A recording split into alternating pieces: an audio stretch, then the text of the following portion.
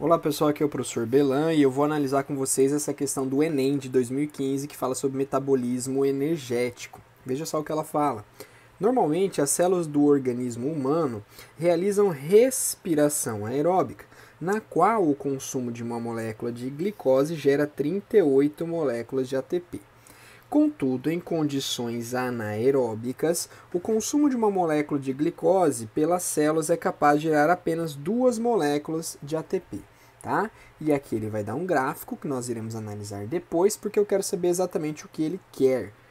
Qual é a curva que representa o perfil do consumo de glicose para a manutenção da homeostase, ou seja, do equilíbrio da célula, das funções celulares, tá? De uma célula que inicialmente está em condição anaeróbica e é submetida a um aumento gradual da concentração de oxigênio, tá?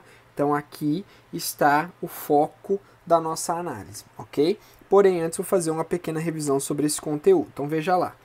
O que é a fermentação, então? Fermentação lática, ele está falando de células humanas, é o tipo de fermentação que nossas células fazem.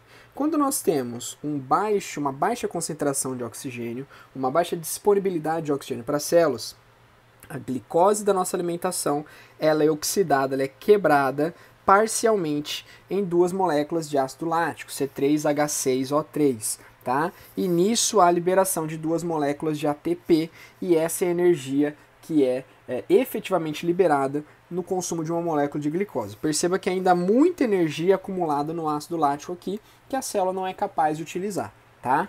Em contrapartida, na respiração aeróbica, no aumento da concentração de oxigênio, ela já pode fazer a oxidação completa da glicose, liberando o máximo, extraindo o máximo de energia que ela pode passar. Então a glicose, na presença do oxigênio, ela vai ser quebrada, oxidada, retirando-se esses hidrogênios e passando os hidrogênios para o oxigênio, formando água, liberando o CO2. O foco são os 38 ATPs aqui. Então veja a diferença. Em uma molécula de glicose liberando 2 ATPs, lá na fermentação lática, nós passamos a ter uma molécula de glicose liberando 38 ATPs. Qual é o raciocínio que eu posso fazer?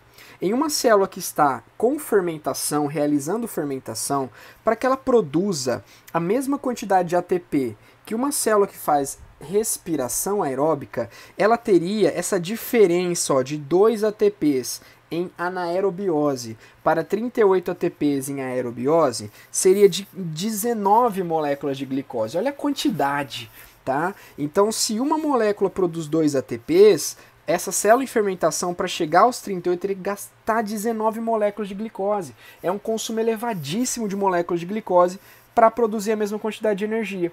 Então o que acontece?